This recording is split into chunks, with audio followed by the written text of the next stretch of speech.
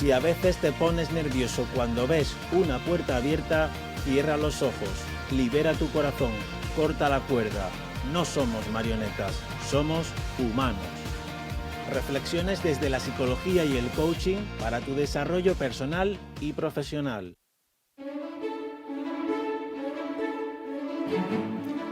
Hola, ¿qué tal? Muy buenas tardes y bienvenidos a Humanos, vuestro programa de desarrollo personal y profesional. Saludos cordiales, soy Germán Pecellín, psicólogo coach, y cuento en el equipo, como es habitual, de las altas capacidades de Fabián de Marco, también psicólogo coach, de Ausi Marciano, psicóloga experta en comunicación y género, y también las de nuestro amigo y compañero, el de las labores técnicas, Paco Cantalejo.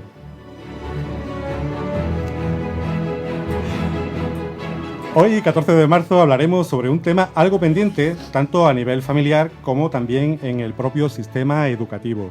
Hoy hablamos sobre altas capacidades intelectuales. Ya sabéis que podéis llamarnos a nuestros teléfonos 955 68 37 21 y 955 68 66 32. ¡Comenzamos! Muy buenas tardes, Fabián. Hola Germán, buenas tardes a todos. Muchas gracias por el cumplido, aunque tendré que demostrarlo. Me lo estás poniendo bastante alto el listón de esta Ahora tiene tarde. la oportunidad. Tema interesante el de hoy, tema del que hablamos poco, pero importante que un viernes más sigamos aprendiendo acerca de este novedoso tema que seguramente con la ayuda de nuestra experta invitada podremos conocer las particularidades de las altas capacidades intelectuales. ¿Y tus altas capacidades cómo están hoy, Ausi? Las altas capacidades no lo sé, la voz un poco mejor que la semana pasada. A eso me refería. Aunque todavía no estoy en mi voz melodiosa. Bueno, pues buenas tardes, Germán. Buenas tardes a todas las personas que nos oyen. Y yo estoy muy interesada en conocer el tema que la experta invitada va a introducir hoy. Me parece que es un tema muy desconocido para la población en general y muy importante que se tenga en cuenta para poder desarrollar toda la capacidad, todo ese torrente potencial que tienen los niños y niñas de altas capacidades.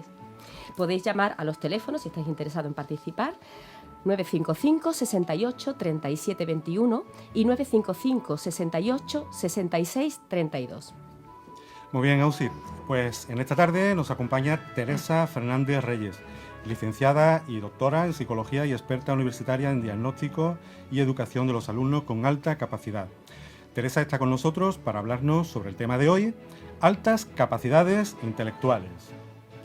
Os recordamos que para poder teneros más cerca en este programa hecho para vosotros, que sois los que no os conformáis con hacerlo posible, para vosotros que sois los que lo hacéis posible, ponemos a vuestra disposición 2 líneas de teléfono, como comentaba Ausi. Podéis llamarnos a lo largo de este programa al 955 68 37 21 y al 955 68 66 32. Como es habitual, estas líneas ya están abiertas. También a partir de este mismo momento podéis enviarnos propuestas, sugerencias y aquellos comentarios que consideréis de interés a nuestro correo electrónico. Participa @humanosradio.com. Síguenos en Twitter @humanosradio. Visita nuestro blog humanosradio.com y nuestra página de Facebook Humanos Radio. A menudo no es más inteligente el que sale adelante, sino el que se atreve. Humanos, viernes de 1 a 2 de la tarde en Radio Guadaira. Para tu desarrollo personal y profesional, Humanos.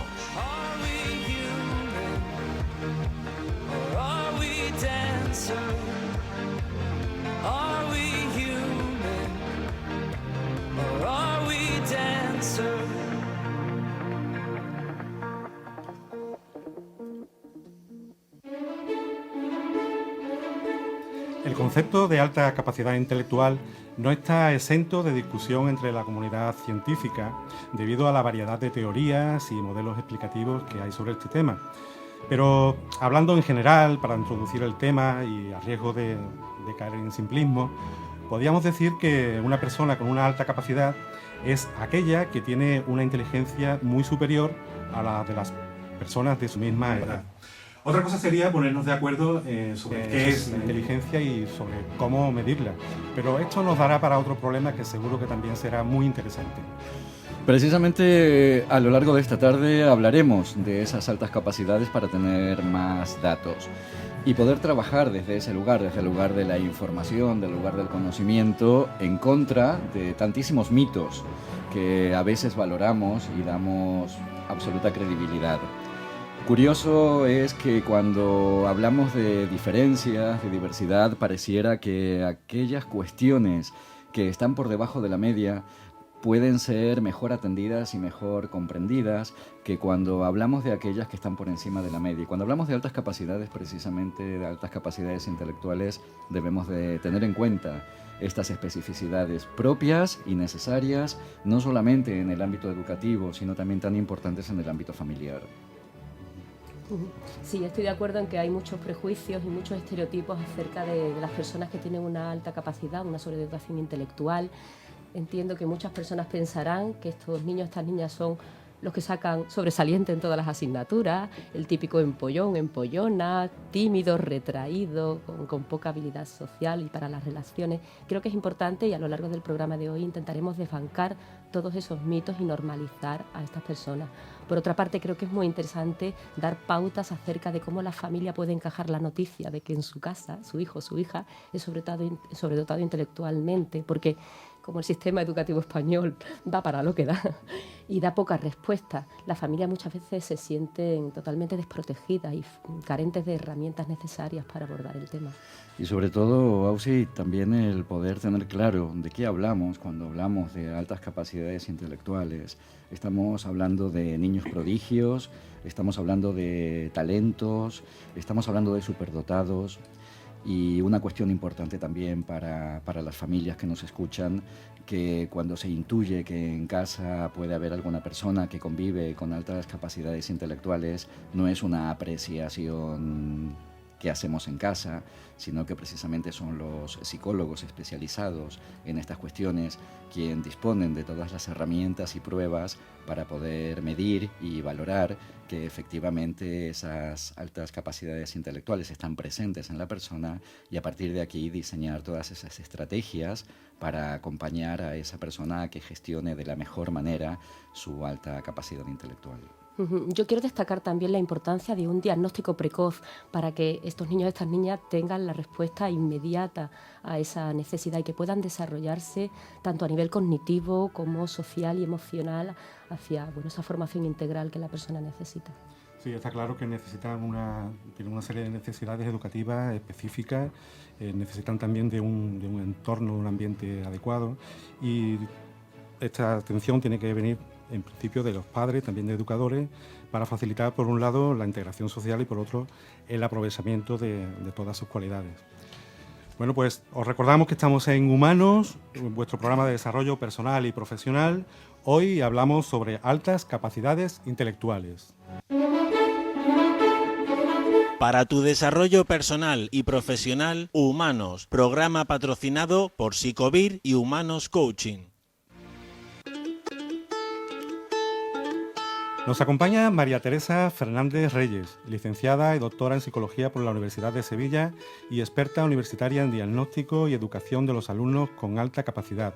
María Teresa es directora del Centro Cádiz, Centro Andaluz de Diferenciación e Intervención en Superdotados, especializado en temas relacionados con altas capacidades y la sobredotación intelectual. Ha intervenido en diferentes jornadas y congresos como conferenciante y como profesora docente en diferentes cursos y asignaturas en las universidades de Huelva y Sevilla y cuenta además con numerosas publicaciones entre libros y artículos. Buenas tardes, Teresa, bienvenida. Es un placer y un honor que estés hoy aquí en Humanos para hablarnos sobre las altas capacidades intelectuales. Buenas tardes a todos vosotros y por supuesto el honor es mío. Yo os tengo que agradecer el hecho de que me hayáis invitado para compartir este ratito y este tema tan interesante. Si me hubierais llamado para otro hubiera intentado aportar algo, pero este me apasiona y creo que es lo mío. Algo podremos aportar y entre todos sacar unas conclusiones. ¿Pero las altas capacidades las tienes tú? No, yo soy muy trabajadora. Siempre decimos lo mismo, lo importante es el trabajo y eso tiene que prevalecer sobre otras cuestiones. Teresa, bienvenida y muchísimas gracias por aceptar nuestra invitación para compartir este rato de viernes con nosotros y con todos quienes nos están escuchando, interesados en su desarrollo personal y profesional. Cada viernes contamos con expertos invitados que nos acompañan tratando temas que resultan de interés para nuestros oyentes. Y antes de adentrarnos en el tema en cuestión, nos gusta conocer a la persona que nos acompaña, nos gusta conocer la faceta más humana de la persona a la que entrevistamos. Perfecto. Por eso deseamos saber quién es Teresa. ¿Qué nos puedes contar sobre ti? Bueno, pues Teresa es una chica que es gaditana, que el origen es gaditano, que se afinca en Sevilla cuando se viene a estudiar la carrera de psicología, gustándome desde siempre. Es de esas carreras que se hacen realmente por vocación, que gusta y que en cierta manera ves que puedes servir o puedes hacer algo útil relacionado con el tema. Una vez que me vengo a Sevilla, inicio la carrera. Terminamos la carrera, empezamos a trabajar y sí que es verdad que a mí si hay algo que me ha motivado siempre es el hacer lo que realmente te gusta y lo que crees que puedes hacer y estar convencido de que si te gusta puedes hacerlo. En ese sentido creo que, y a lo mejor es un reflejo o lo que intentamos transmitir muchas veces en nuestro trabajo, tienes que tener un peso detrás importante y un apoyo de tu familia, de tus padres. Yo he tenido la suerte, junto con mi hermano, de que nos han incentivado y motivado siempre a hacer lo que realmente queríamos. Y en el momento que hemos decidido tirar cada uno por un lado, los dos somos de profesiones liberales, autónomos, él es arquitecto, yo psicóloga, pero nos han animado siempre, si esto es lo que quieres, venga, luchamos, te ayudamos en lo que podemos, pero iníciate lo que te gusta, no esperes, no pierdas tiempo y aprovecha. Entonces en ese sentido yo siempre tengo que empezar agradeciendo pues a mi familia por el apoyo que me dio en el momento que decidí voy a poner una consulta, venga. También tengo que agradecer mucho que en esos momentos, en nuestra época, por lo menos en la mía, cuando estudiábamos la carrera, no teníamos práctica. Te tenías que buscar un poco las habichuelas, a ver esto de la psicología realmente qué es, porque una cosa es verlo a nivel teórico en el aula y otra cosa es decir, a mí lo que me gusta es hablar con la gente, estar con gente, pasar pruebas, trabajar con niños. Siempre digo que tengo que agradecer. Y por eso en nuestro centro siempre contamos también con alumnos de práctica y que hacen el practicum partiendo de la base de que yo estoy súper agradecida a la persona que la primera vez me dio la oportunidad de entrar en su sitio de trabajo y ver lo que era realmente la psicología. Después he tenido la suerte de verlo en varios sitios y fue lo que me ayudó a decir, venga, me lanzo porque creo que tengo la seguridad para poder hacerlo yo. Entonces en ese momento... Después ya hay infinidad de circunstancias a lo largo de tu vida, ¿no? Después ya formas otra familia, que es la tuya, que por supuesto tienes que necesitar ese apoyo por parte de los que tienes justo al lado, ¿no? Todos los días para poder desarrollar y desempeñar tu profesión. Pero la base, el amor hacia una profesión, la pasión por una profesión, y creo que eso después se transmite en el día a día y en el trabajo que se hace día a día con familias, con padres, con niños, con compañeros, con todos los que tienes alrededor. Teresa, y remontándonos un poquito en el tiempo, tampoco tanto, de los recuerdos que guardas de tu época de infancia, ¿cuáles son los que podrías compartir con nosotros en esta tarde?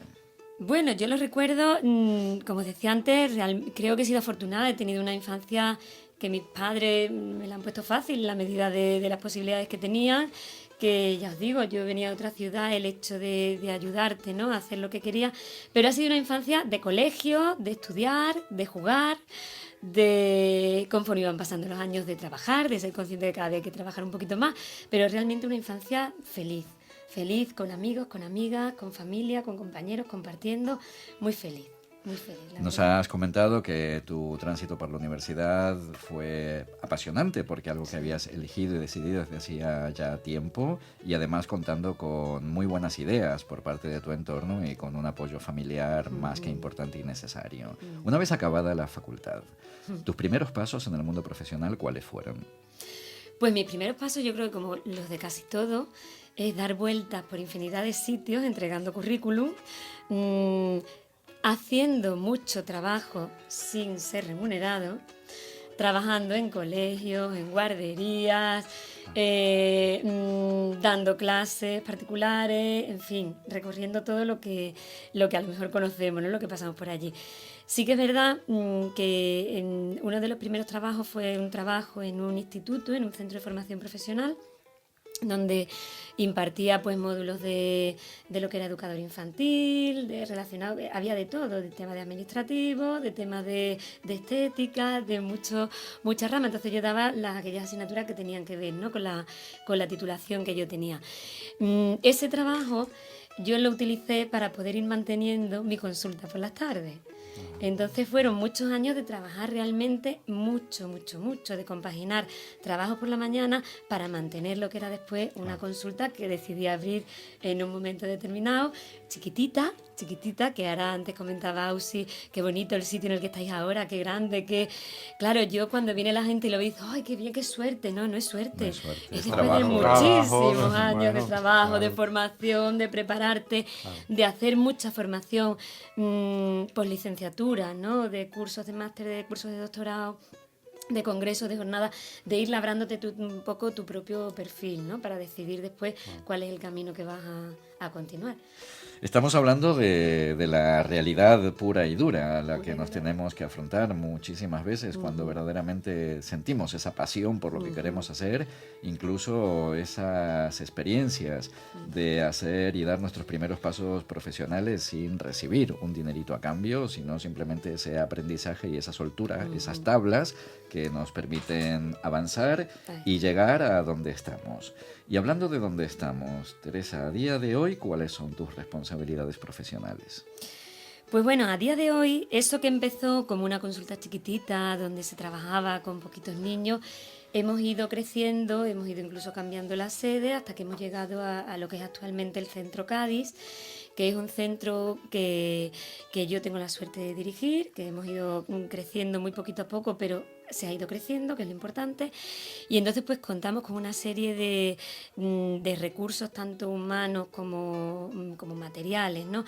Pero sobre todo el capital humano es el que tenemos muy importante. Tenemos un equipo de entre 10 y 15 personas con las que de especialistas en muchos temas diferentes, y trabajamos tanto en el ámbito de la evaluación como de la valoración de las altas capacidades, como después de la intervención. Tenemos una parte muy importante de programas que dedicamos al desarrollo cognitivo, emocional y social de estos niños y niñas con altas capacidades.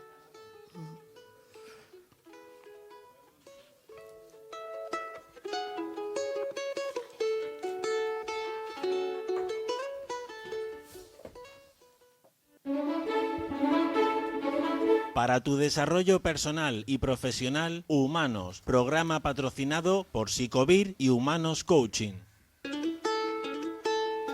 Teresa, y entrando en la materia de hoy, ¿qué entendemos por alta capacidad intelectual? Bueno, pues como bien decíais al principio, el concepto de alta capacidad es un concepto que ha dado un giro en unos años.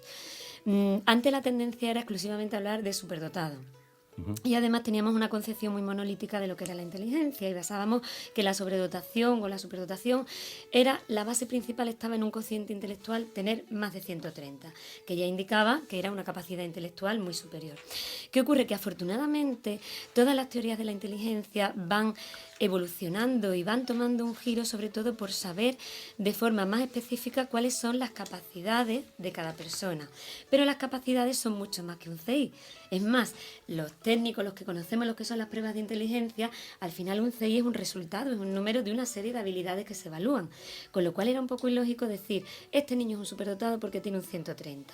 ¿Qué ocurría? Nosotros desde hace tiempo nos gustaba indagar en ese 130. ¿Qué teníamos por ahí? Resulta que a lo mejor ese 130 nos lo daba un área verbal, pero no nos lo daba todo.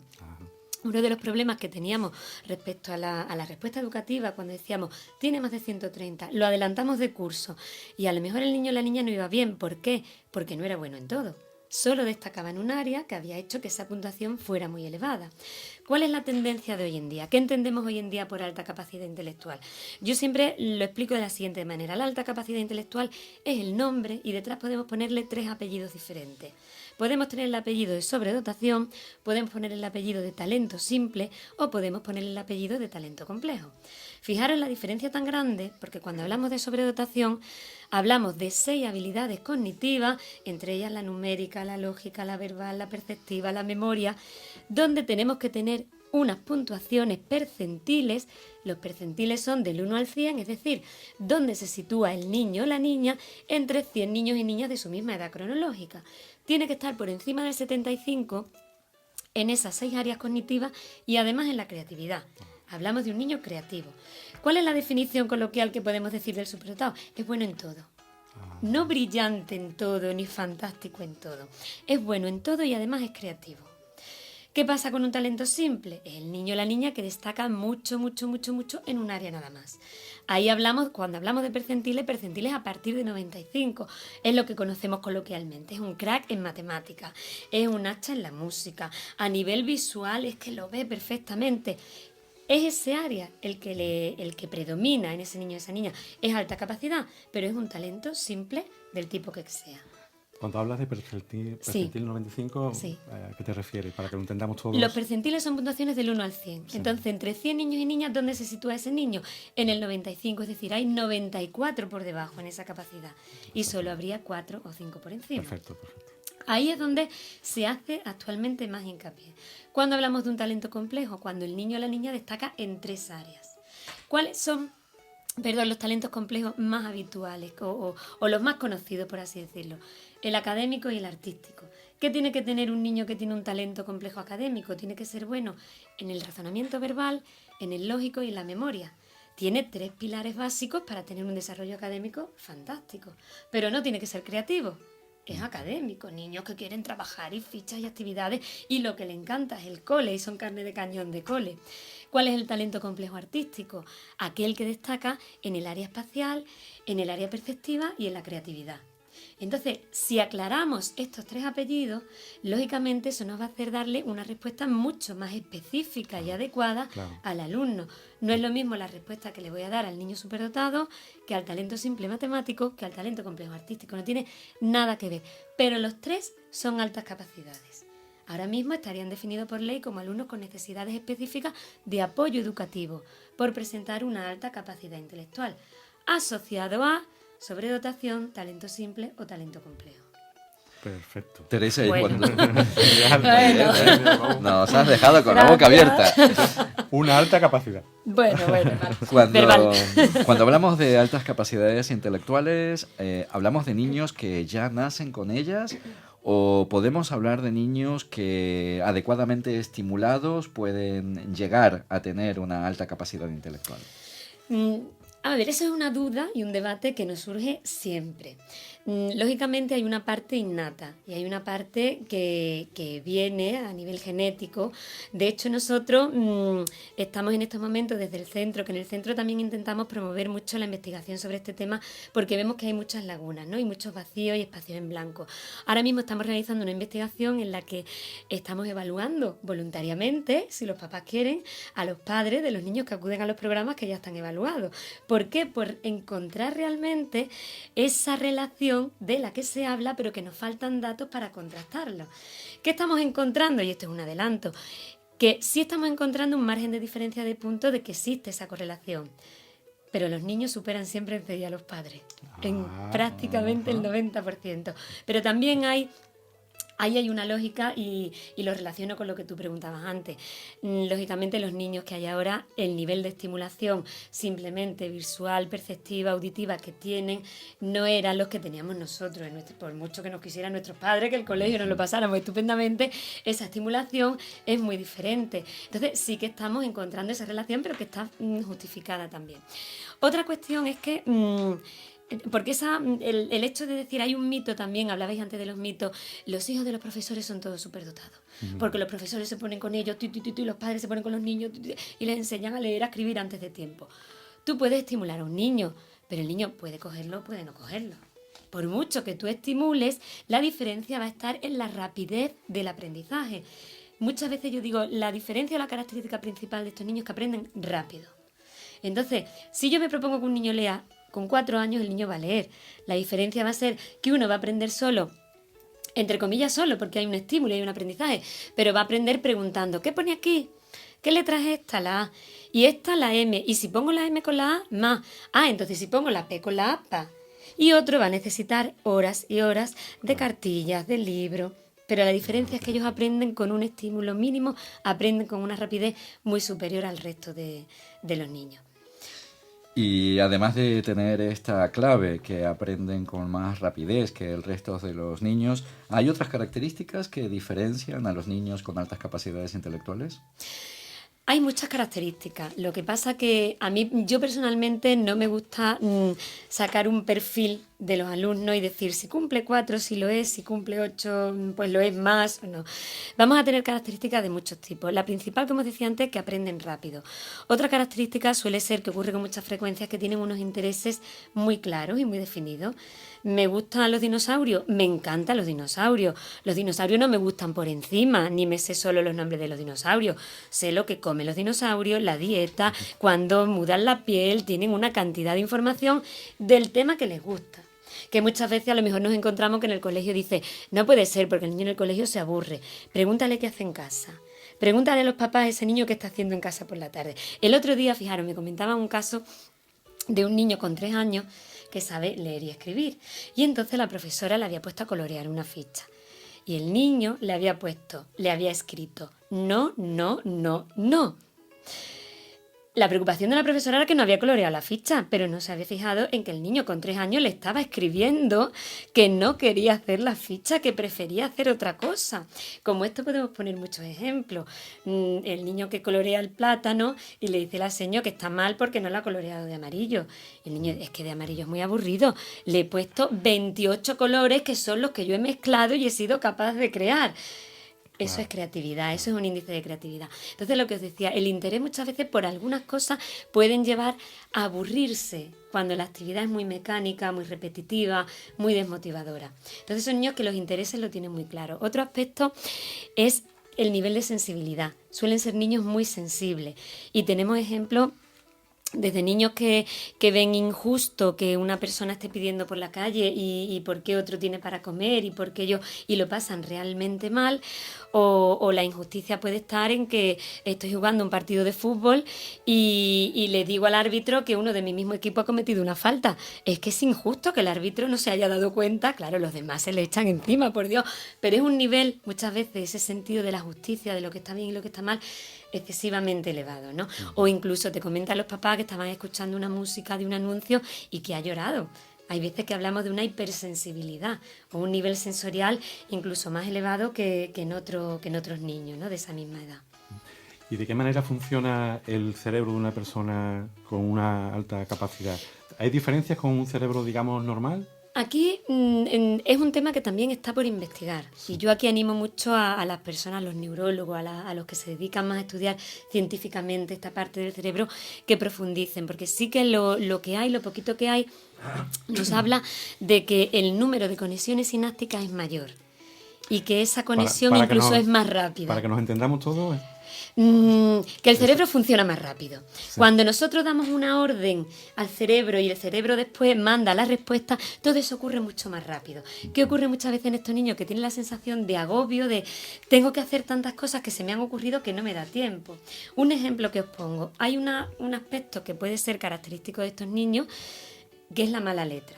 ¿Por qué? Porque ellos aprenden a leer muy pronto. Si aprenden a leer pronto, ¿qué ocurre con la mano? Ellos quieren escribir porque saben lo que tienen que escribir y saben perfectamente cómo son las letras, pero el desarrollo motor no les acompaña. El desarrollo motor no tiene por qué ir más rápido. Claro. Entonces, ¿qué ocurre? Que esto de aquí arriba va muy rápido, pero el cuerpo no me acompaña. Entonces, esa letra muchas veces es mala. Ellos, si pudieran, escribirían toda la vida en mayúsculas, porque el trazo con las mayúsculas es mucho más fácil que la especificidad que me requiere hacer una letra minúscula de la muñeca. ¿Qué ocurre? Que muchas veces en el sistema educativo que nos encontramos, el niño tiene que hacer la letra perfecta, y ahí empezamos con las dificultades. Porque después, por supuesto, te argumentan, si voy a terminar escribiendo en el ordenador, ¿para qué quiero tener una letra bonita? ¿De qué me sirve que la A le dé la manita a la E cuando puedo estar haciendo otras cosas mucho más interesantes que tener una letra perfecta? Y me imagino que hay argumentos también tendrán bastante. Todos. De la letra, de por qué, de yo te lo cuento, tú lo escribes, tú lo entiendes más o menos. Las agendas, veréis, porque eso ocurre que a mí no me gusta ponerlo como característica, pero sí que se repite mucho. Las agendas de estos niños suelen ser muy desastrosas, la letra caótica, no traen, pero que nos pasa a nosotros muchas veces estamos en las actividades y a lo mejor decimos, para el próximo día vais a traer tal información o buscar tal. Un porcentaje muy alto no te trae nada. Te dice, lo traigo aquí, señalándote a la frente. No me hace falta traerlo por escrito. Entonces, eso es algo que también hay que trabajar mucho con ellos. Ese orden, esa estructura. Porque después decimos, la inteligencia también es una herramienta peligrosa y te puede ayudar a acomodarte en exceso. Entonces no creas hábitos, no creas, digamos, una sistematización de lo que es unas pautas de trabajo, de saber cómo organizarte. Y ahí es cuando hablamos, que ya hablaremos luego, del fracaso de las altas capacidades. Teresa, y cuando estamos hablando de niños con altas capacidades intelectuales, ¿qué evolución es la que estos niños tienen en su camino hacia la adolescencia o hacia la etapa adulta? Ahí la evolución depende mucho, que también hacía referencia antes, de la detección precoz. Yo os pongo un ejemplo. Cuando llega alguien a nuestro centro para evaluar, cuando son pequeñitos, normalmente llegan porque hay una curiosidad por parte de la familia o hay un despertar. Aquí hay algo que no es lo que yo veo que hacen el resto de los niños en el parque, o la forma de hablar, o la forma de expresarse. Por otro lado, pueden venir derivados por los profesores que dicen, oye, comparación con mi clase, este niño hace tal o cual cosa. No que sea el primero de la clase, sino lo que decíamos antes. A lo mejor el profesor lo ve como un problema que no coloree, pero tenemos que ver otra cosa. Normalmente cuando llegan para evaluar con 12 años, 13, 14, el motivo de consulta ya es un problema. El motivo de consulta suele ser, este niño iba muy bien durante la etapa de primaria, sacaba muy buenas notas en primaria sin estudiar casi, sacaba todo 10, todo estupendo, y de repente empezaba a suspender. ¿Por qué? Porque no tiene las herramientas. Esa etapa de primaria es fundamental, la detección temprana, para empezar a trabajar con ellos desde que son chiquititos y a tirar de ellos hacia arriba desde que son chiquititos. Si no, se acomodan y viven mucho pues de esa renta, de esa capacidad que tienen, sin pedirle, que el problema muchas veces es, total, si saca todo 10, o si saca todo 8, o si saca todo 9, si no da ruido, si ¿para qué? Hay una diferencia muy importante en cuestión de género también, en el motivo de diagnóstico, en el primer punto de la evolución. Y eso es un tema que a nosotros desde el centro siempre nos gusta prestarle una especial atención, porque lo que vemos en las niñas es lo que denominamos el síndrome de la abeja reina. Las niñas prefieren incluso sacrificar el desarrollo cognitivo con tal de ser aceptadas por el grupo. Tienen un peso a nivel, ahí las investigaciones que hay pues nos remontan a temas cultural, generacional, de cómo se ha trabajado con ellas, qué es lo que se ha esperado, ¿no?, de las niñas. Entonces las niñas no suelen dar la lata en la clase. Las niñas, si terminan las actividades, se suelen quedar calladitas, se ponen a leer, se ponen a dibujar, pero no demandan más. ¿Qué ocurre con los varones? Los varones terminan las actividades o me lo están explicando la señora por segunda o por tercera vez, y ya tiro el lápiz al suelo, le doy una colleja al compañero, quiero hacer pipí, puedo salir por la ventana, puedo... Entonces, ¿qué ocurre? Que muchas veces el motivo de consulta es que lo vea el especialista, que lo vea el orientador, porque este niño seguramente sea un TDAH, tenga un problema de conducta, tenga algo, porque no para. Fijaros el origen tan diferente que ocurre, que hay muchos más niños evaluados que niñas evaluadas. Entonces, ¿podríamos entender que ser inteligente, por ese hecho, tenemos un problema? Yo no lo entiendo como un problema, y a mí no me gusta ver las altas capacidades como un problema. El problema muchas veces está en que no sabemos entenderlo, en que no sabemos realmente detectarlo. El problema lo tenemos los demás. Porque nos falta la formación y la información. Por eso, de verdad, yo el hecho de que hagáis programas como estos, que se divulgue el tema de las altas capacidades, entiendo que es fundamental para ayudar a normalizar el tema. Siempre decimos, ojalá sea tan normal en un colegio el hecho de que un niño salga a un apoyo de refuerzo de lectoescritura, tan normal como el que salga uno de altas capacidades a hacer un programa de enriquecimiento cognitivo, tan normal. ¿Qué ocurre? Que claro, si no sabemos de qué estamos hablando, empezamos a tener unas expectativas diferentes, unas ideas erróneas, claro, y empezamos a lo mejor a no actuar correctamente. ¿Y qué problemas suelen sufrir estas personas, estos niños? Pues los primeros problemas, si el niño no se encuentra adaptado en el centro educativo, uno de los primeros problemas es la desmotivación y el no querer ir al colegio. Entonces ahí nos empezamos a encontrar con un problema grave, que muchas veces es el primer motivo de consulta. Es decir, es que tengo un niño que está somatizándome en exceso, que dice que le duele la barriga, que dice que le duele la cabeza. El problema es que no quiere ir al colegio porque se aburre. Una vez que tenemos detectado, lo que tenemos que hacer muy bien también, y es un aspecto muy importante en estos niños, es el tema social. Se dice también que los niños de altas capacidades tienen dificultades en las habilidades sociales. Yo estoy convencida de que no las tienen. ¿Por qué? Porque nosotros, por ejemplo, en nuestro entorno, que trabajamos en grupos con estos niños, grupos de 8, 10 niños, después hacemos actividades con grupos mucho mayores. Allí no hay ningún problema social. Yo siempre digo, invito a que vengan una tarde a ver trabajar a los niños, porque entre ellos se entienden perfectamente, son niños normales. Una madre decía, deberían tener antenitas para que así se les diferenciara bien. No, tú vas allí al centro o en un entorno donde los niños realmente estén ajustados y los niños no tienen problema a la hora de relacionarse. ¿Dónde puede venir la dificultad? Que, como decíamos antes, si le habla a un compañero de su misma edad de lo que come el dinosaurio, de una serie de características en profundidad, llega un momento que a lo mejor el compañero dice, es que ya no me estoy enterando de lo que me está contando. Claro. Y ahí es muy importante la labor de los tutores. Dentro de los colegios, las labores que pueden hacer para conseguir que ese crío, igual que destacamos mucho al que juega bien al fútbol y se lo valoramos mucho con el resto de los compañeros, vamos a valorarle a este niño o a esta niña esta capacidad que tiene en redactar, en escribir, en hacer poesía, en hacer cómics, en dibujar. Hay que potenciarlo también. Teresa, y hoy día seguramente ya convivimos con adultos que de niños tuvieron altas capacidades intelectuales. ¿Cómo son? Hay de todo. A mí también hay una cosa que me gusta siempre dejar muy claro, y es que cuando hablamos de altas capacidades hablamos de niños que es un grupo muy heterogéneo, de niños y niñas que cada uno al final, teniendo unas capacidades cognitivas elevadas, tienen un ritmo de trabajo diferente y después una personalidad y una forma de ser totalmente diferente. ¿Qué ocurre con los adultos?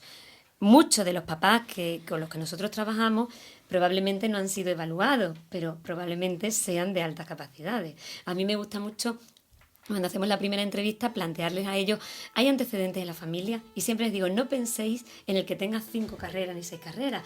A lo mejor podéis pensar en vuestra abuelita que tuvo 9 hijos y que fue capaz de sacar a los 9 hijos hacia adelante. Eso es la alta capacidad también. Que hablabais también al principio, ¿qué es la inteligencia? ¿Solo lo que miden los test o no? O hablamos de unas capacidades, unas habilidades para adaptarte, ¿no?, al entorno que tenemos alrededor. Entonces muchas veces nos encontramos con adultos que han enfocado muy bien su vida, sus intereses, sus motivaciones, y después nos encontramos también con adultos que han pasado por muchos lugares de trabajo. Fijaros que eso es algo que con cierta frecuencia nos solemos encontrar. Han empezado algo, lo han hecho, ya esto a mí no me aporta nada más, cambio de trabajo. O monto un negocio, este negocio ya sé hasta dónde puede ir, cambio a otro o cambio a otro. Eso es una dinámica, una tónica que muchas veces se suele repetir en adultos. Después hay personas que lo enfocan mucho por lo académico. El que lo enfoca por lo académico, pues a lo mejor ha conseguido encauzarlo. También está el que lo enfoca por la parte creativa. Entonces tenemos muchos enfoques diferentes, igual que hablamos al principio, muchos tipos de habilidades que desarrollar en cada ser humano. ¿Y la relación en la familia, en el día a día? Pues la relación en la familia ahí es muy importante. Verá, y hay muchas reacciones cuando tú das una valoración de alta capacidad, de usted tiene un hijo o una hija de alta capacidad intelectual. Tenemos reacciones de todo tipo, desde las personas que se ponen a llorar porque piensan que eso es, o porque le han transmitido que tener un hijo de alta capacidad es un problema gravísimo, con lo cual yo desde aquí me animo a las personas que no lo vean las altas capacidades como un problema, ni muchísimo menos. Lo que tenemos que hacer entre todos es darle a ese niño o a esa niña lo que necesita, igual que a cualquier otro, con un único objetivo, que sean felices. Yo siempre digo, ¿qué quieres ser jardinero? Pues que sea jardinero, pero un buen jardinero, porque tiene capacidad para entender de flores, de plantas, de bichos, de animales, perfecto, pero si su vida es esa. Yo recuerdo un caso que salió en televisión de un señor que trabajaba en una empresa y después decía que él se hizo taxista porque lo que más le gustaba en esta vida era leer, y ese trabajo era el que le aportaba realmente el tiempo para poder leer. Bueno, pues cada uno que lo oriente, pero sabiendo que lo orienta bien, ¿no?, hacia donde quiere orientarlo. Entonces, el verlo como un problema, yo soy muy de descartar que tenemos que tocar muchos puntos para no entenderlo como un problema, pero hay que tocarlo. Teresa, ¿y en España existen escuelas especiales para niños y adolescentes que conviven con altas capacidades intelectuales? No, escuelas especiales no hay, porque también aquí ahora mismo el sistema educativo es un sistema que se tiende a la integración, a la atención a la diversidad. Entonces, ¿cuál es el pie quizás del que podemos cojear un poquito?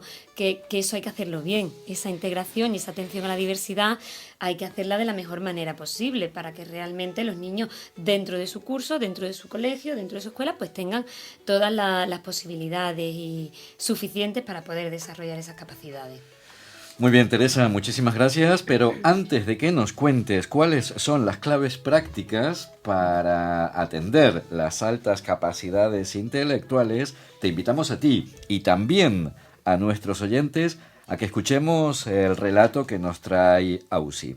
Os recordamos que podéis llamar a los teléfonos 955 68 37 21 y al 955 68 66 32 para hablar con nuestra experta invitada de hoy. Ahora sí, a disfrutar de este relato. Para tu desarrollo personal y profesional, Humanos, programa patrocinado por Psicovir y Humanos Coaching.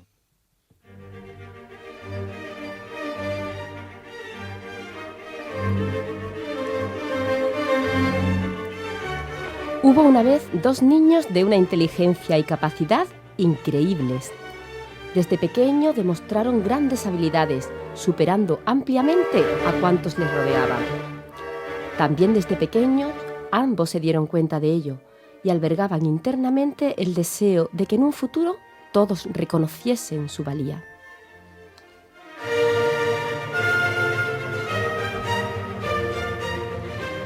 Los 2, sin embargo, crecían de forma distinta. El primero utilizó toda su habilidad e inteligencia para desarrollar una carrera meteórica y mostrar a todos su superioridad.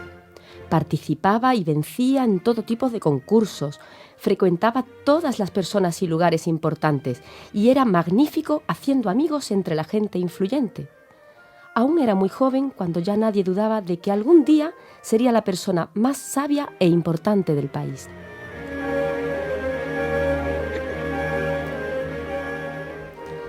El segundo, sabedor también de sus capacidades, no dejaba de sentir una gran responsabilidad. Hacía casi cualquier cosa mejor que quienes le rodeaban y se sentía obligado a ayudarles, así que apenas podía dedicar tiempo a sus sueños de grandeza, tan ocupado como estaba siempre buscando soluciones y estudiando nuevas formas de arreglarlo todo. Así que era una persona querida y famosa, pero solo en su pequeña comarca.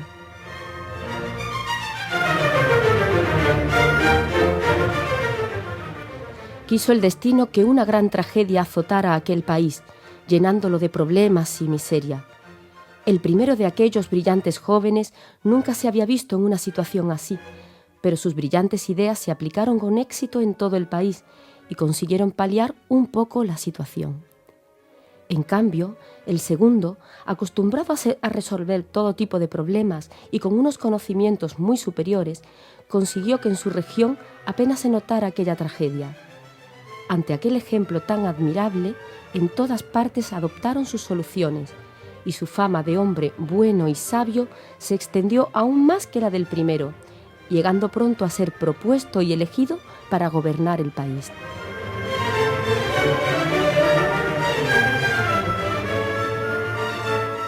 El primero de aquellos grandes hombres de increíble inteligencia comprendió entonces que la mejor fama y sabiduría es la que nace de las propias cosas que hacemos en la vida, de su impacto en los demás y de la exigencia por superarnos cada día.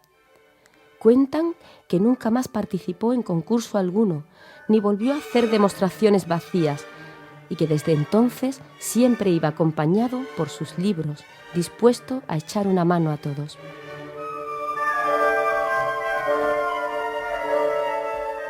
Dos niños inteligentes. Un cuento de Pedro Pablo Sacristán. Como padres debemos detectar a tiempo una alta capacidad en nuestros hijos para evitar problemas y aprovechar todas sus potencialidades. También está en nuestras manos guiarlos para que las desarrollen no solo en su propio beneficio, sino también para el bien común de la sociedad. ¿Cuál es tu opinión? Déjanos tus comentarios en nuestro muro Humanos Radio de Facebook. Hay quien ve las cosas y se pregunta por qué. Yo las veo tal y como podrían ser y me digo, ¿por qué no? Humanos, viernes de 1 a 2 de la tarde en Radio Guadaira. Para tu desarrollo personal y profesional, Humanos.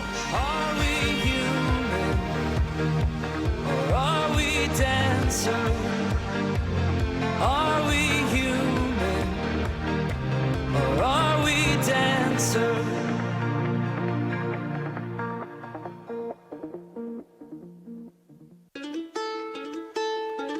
Muy rápidamente, Fabián, ¿qué destacas del hablado? Me quedo con muchas cosas que comparte Teresa con nosotros. Me llama la atención cuando habla de características de niños que conviven con altas capacidades intelectuales, la gran sensibilidad que todos ellos poseen ante cosas poco justas y la forma en que tienen tantísimas ganas de aprender temas concretos, desarrollándolos casi al máximo y convirtiéndose en verdaderos expertos de aquello que les interesa, además del aprender de la forma tan rápida como aprenden. ¿O sí? Pues mira, yo será por deformación profesional, de ser experta en género, me quedo y me sorprende lo que ha comentado Teresa sobre el síndrome de la abeja reina y cómo las niñas en esa... Bueno, porque supongo que es por querer seguir el rol sumiso, femenino, se disfrazan, ¿no? Quedan así como un poco ocultas con tal de no sobresalir del grupo y sin embargo pues los niños reaccionan de manera muy diferente. Creo que es importante que invertamos esa tendencia de diagnosticar antes a niños que a niñas, que diagnostiquemos a todos. A todos Y a todas por igual. Efectivamente. Seguimos disfrutando de la compañía de Teresa Fernández Reyes, licenciada y doctora en Psicología y experta universitaria en diagnóstico y educación de los alumnos con alta capacidad. Recuerda que podéis llamarnos a nuestros teléfonos 955 68 37 21 y al 955 68 66 32 para hacer alguna consulta sobre este tema. Teresa, ¿cómo podemos saber si nuestro hijo tiene una alta capacidad? Yo siempre opino que los padres somos o sois los mejores detectores, creo que de casi cualquier cosa. Otra cosa es que le pongamos un nombre, le pongamos otro, no sepamos qué nombre ponerle, pero sabemos que algo diferente a lo mejor está pasando con nuestro hijo. Pero sí que es verdad que las altas capacidades, un momento muy bueno para detectar es cuando son los niños pequeñitos. ¿Qué va ocurriendo conforme vamos creciendo? Pues que a lo mejor todos nos vamos socializando más, nos vamos metiendo en una norma, en unas pautas que tenemos que cumplir y es como que nos vamos adaptando al resto del grupo en vez del grupo a nosotros. Cuando los niños son chiquititos, lo que decíamos, destacan mucho por su forma de hablar, por las expresiones que utilizan, por muchas veces el comentario de este niño parece un viejo, es que este niño hay que ver cómo habla, es que este niño... Pero destacan mucho por el ámbito verbal. A lo mejor luego no es el que más desarrollan, pero suelen empezar de forma muy precoz a tener un lenguaje muy diferente al resto o a utilizar las palabras en el momento exacto y en el lugar exacto que debe cada una.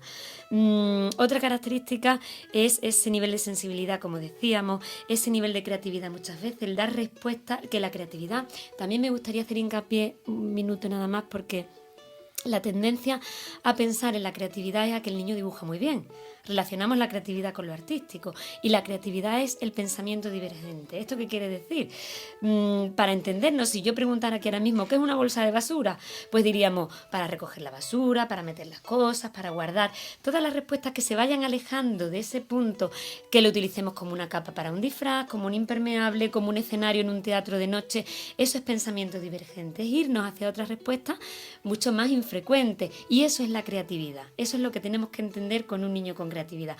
Y eso lo vemos en casa. Cuando tú tienes un niño que te está dando respuestas que no son las lógicas de un niño de esa edad, pues entonces empezamos a decir, este niño, las preguntas, la preocupación por la muerte, ¿qué hay después de la muerte? Por la religión, ¿por qué hay varias religiones? ¿Hay un solo Dios? ¿Por qué Dios permite? Preguntas que a lo mejor nos hacemos todos con una cierta edad, pero cuando a ti te lo pregunta un niño con 3, 4, 5 años, hay muchas veces que el momento, por ejemplo, de la comunión es momento de crisis. Son niños que dominan muchos contenidos científicos.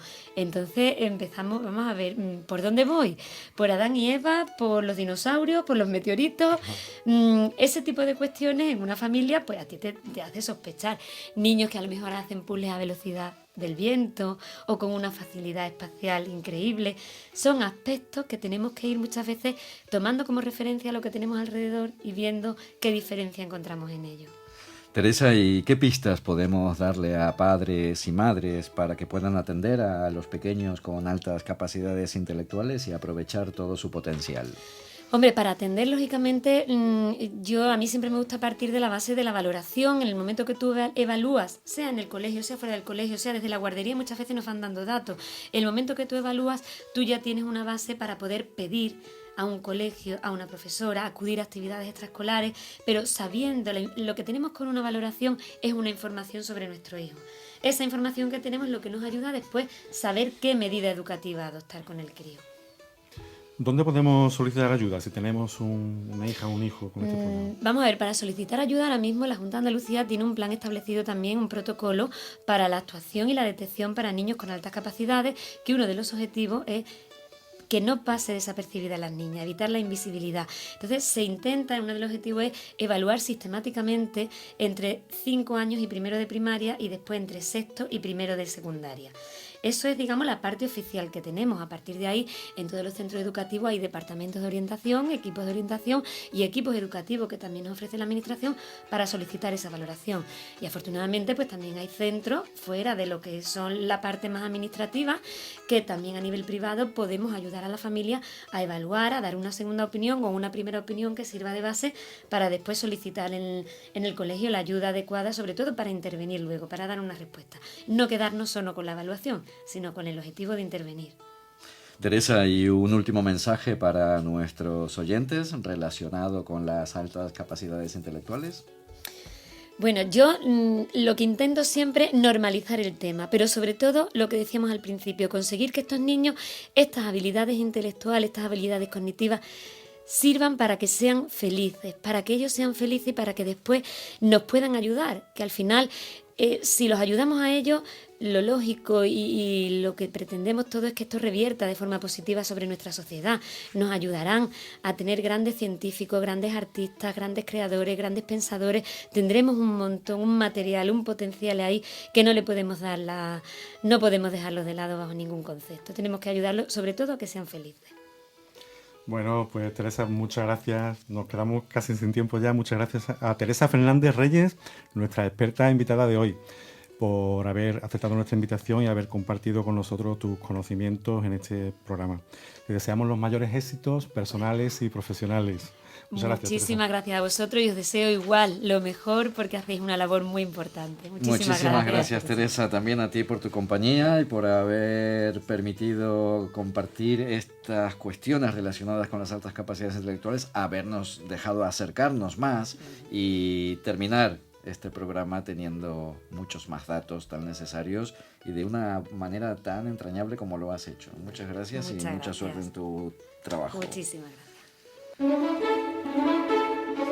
Para tu desarrollo personal y profesional, Humanos, programa patrocinado por Psicovir y Humanos Coaching. Os recordamos que podéis contactar con nosotros a través de nuestro correo electrónico y hacer vuestras sugerencias sobre aquellos temas que sean de vuestro interés para que los tratemos con nuestros expertos invitados aquí en Humanos. Sí, he visto que han entrado algunos correos. Sí, tengo aquí el correo de una oyente, de María, que nos cuenta, dice así: mi hija de 5 años no para de llorar en clase y a la hora del recreo no juega con sus compañeros porque dice que son unos niños chicos. Se lleva todo el tiempo sola en una esquina y además dice que su sueño es muy aburrida. Ella está muy preocupada y dice que qué puede hacer porque es una angustia llevarla al colegio cada mañana. Tú tienes experiencia como madre, ¿no? ¿Puedes responder tú? Sí, como psicóloga. Sí, como psicóloga y como psicóloga y como madre. Y como madre. Como madre de... ¿Me va a tocar a mí responder? Sí, yo creo bueno, que sí. yo le diría primero a María que deje atrás la angustia, porque esa angustia se la va a transmitir a su hija, para empezar.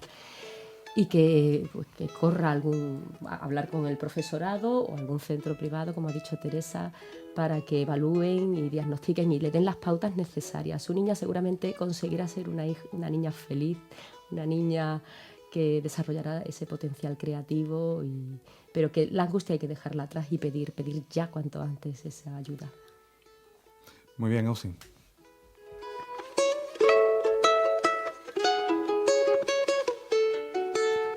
Ausi, ¿tienes alguna recomendación para esta semana?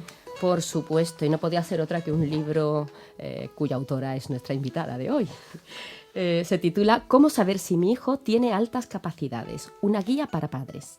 Teresa Fernández Reyes y una coautora, Teresa Sánchez Chapela. Esta guía surge como respuesta a las demandas detectadas a partir de numerosas entrevistas, reflexiones y conversaciones con padres de niños con altas capacidades intelectuales. Las autoras, reconocidas especialistas en el desarrollo del talento y la inteligencia de los niños, pretenden compartir su experiencia y saber que estos padres pueden ayudarle y profundizar en el conocimiento de las características específicas de individuos con altas capacidades, sobredotación intelectual o talentos.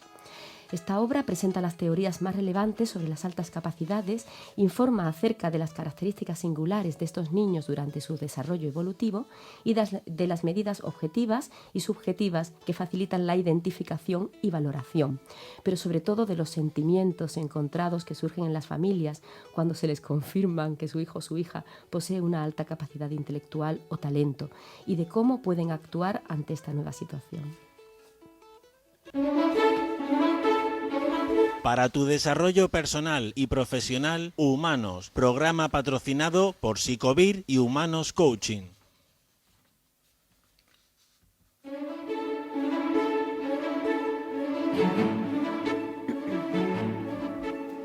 Bueno, pues vamos concluyendo, Fabián, ¿con qué nos quedamos del programa de hoy?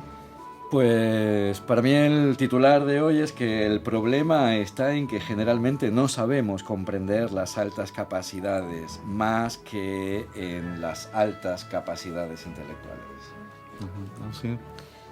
Yo quiero resaltar la importancia de que actualmente el diagnóstico se base en datos cualitativos y no meramente cuantitativos que tanto daño han hecho a las personas, y que ya bajo ese gran paraguas que es la alta capacidad se hable de talento simple, talento complejo o sobredotación intelectual. Es importante para el desarrollo de estas personas. Bueno, pues yo me quedo con que una alta capacidad va mucho más allá de lo que mide un simple test de inteligencia, que lo que es una etiqueta que solemos poner siempre de superdotado, de lo que sea. Detrás de esta etiqueta hay personas, hay niños con una gran capacidad de aprendizaje y unas necesidades específicas que debemos de atender correctamente. Bueno, pues ya estamos en la recta final, estamos acabando el programa de hoy.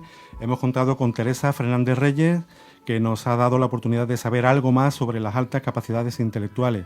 Confío en que os haya gustado y en que no os perdáis el siguiente programa. En el siguiente programa hablaremos sobre formación y desarrollo en la pequeña empresa. Habitualmente escuchamos hablar de formación y desarrollo en empresas grandes. La pequeña empresa, la empresa familiar, la que está al lado de casa, ¿cómo puede beneficiarse de esas acciones formativas? ¿Cuáles son las particularidades que esa formación puede darle a la empresa para que sobreviva en momentos como los que nos encontramos, de tanta dureza y tanta competitividad? No te pierdas nuestro próximo programa y la opinión de nuestro próximo experto invitado. Que seas feliz, que tengas una estupenda semana y hasta nuestro próximo programa. Hasta el próximo viernes. Tenemos una cita a la 1 p.m. en Humanos, tu programa para el desarrollo personal y profesional. Recuerda que puedes ver nuestros programas en el blog humanosradio.com. Que disfrutéis del fin de semana. Muchas gracias a todos. Hasta la próxima. Suelta las amarras, navega lejos de la seguridad del puerto, deja que las velas se hinchen, explora, sueña, descubre, disfruta de la semana y recuerda, podemos ser más humanos.